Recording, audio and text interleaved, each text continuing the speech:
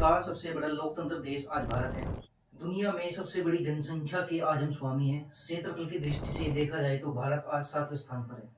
इतने बड़े देश, इतनी बड़ी जनसंख्या पर शासन करने के लिए दोस्तों, अगर कोई भी राजनीतिक पार्टी सफल हो पाती है तो कहीं ना कहीं उसमें संविधान का हाथ होता है। क्योंकि अगर संविधान ना हो, अगर बेसिक संविधान ना हो, बेसिक संविधान की जो स्ट्रक्चर है, जो मूल चीजें हैं वो ही ना हो, तो मेरे ख्याल से कोई भी पार्टी शासन करने में असफल होगी इतने बड़े देश में। तो बात करते हैं दोस्तों आज संविधान की उन समितियों पर जिन्होंने संविधान को बनाने में सहायक काम किया। तो संविधान में वैसे तो दोस्तों 22 समितियां थी, लेकिन संविधान में जो सबसे इंपोर्टेंट समितियां थी वो 8 समितियां थी, और बाकी 14 जो समितियां थी वो इनका सहायक रूप में कार्य करती थी। बात करते हैं दोस्तों उन 8 समितियों के नाम के और उनके अध्यक्ष के बारे में आपको बताऊं थोड़ा सा। पहला जो समिति है वो है दोस्तों संघ शक्ति समिति, इनके जो अध्यक्ष जवाहरलाल नेहरू। दूसरी जो समिति है दोस्तों वो है प्रक्रिया समिति, के जो अध्यक्ष थे वो डॉक्टर राजेंद्र प्रसाद थे। तीसरी जो समिति है दोस्तों वो प्रांतीय संचालक समिति है, इसके जो अध्यक्ष थे वो सरदार वल्लभ भाई पटेल थे।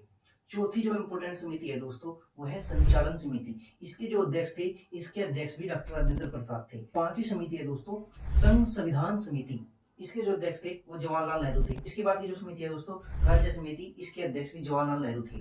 अब बात करें दोस्तों सलाहकार समिति की, जो कि 7वें स्थान पर आती है, इसके जो अध्यक्ष थे वो थे सरदार वल्लभ भाई पटेल। इस समिति में दोस्तों 5 उप समितियां भी आती थी, जो कि इस प्रकार है।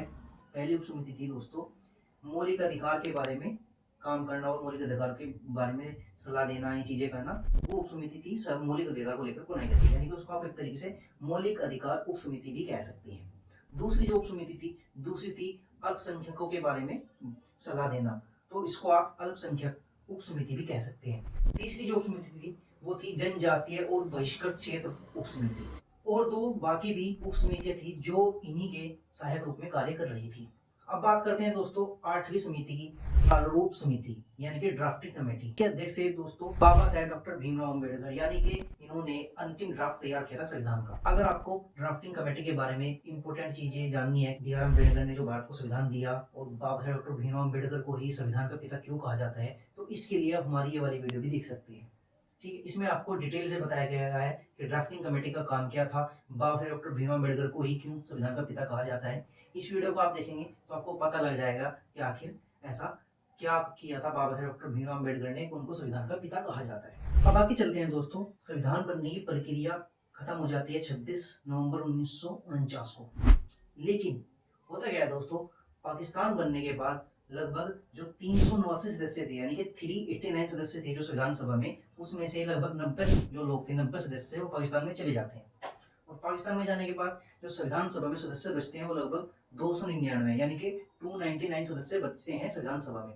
और 26 नवंबर 1949 को जो अंतिम बैठक होती है संविधान सभा की, तो उसमें क्या होता है, लगभग 284 सदस्य उस संविधान पर साइन करते हैं और उस संविधान को पारित कर देते हैं कि हाँ ये संविधान अब स्वीकार लिया गया है। और उसी दिन यानी कि 26 नवंबर 1949 को ही संविधान के लगभग 16 आर्टिकल लागू हो जाते हैं पूरे देश में।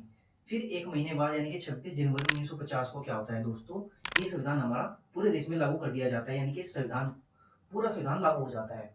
लेकिन अब आपके दिमाग में एक क्वेश्चन आ रहा होगा कि भाई जब 26 नवंबर 1949 को संविधान बनकर तैयार हो गया, 284 सदस्यों ने उस पर सहमति दर्ज करा दी, साइन कर दिए, सब कुछ प्रॉपर हो गया, लेकिन 26 नवंबर 1949 को क्यों लागू नहीं किया, 26 जनवरी को ही क्यों लागू किया?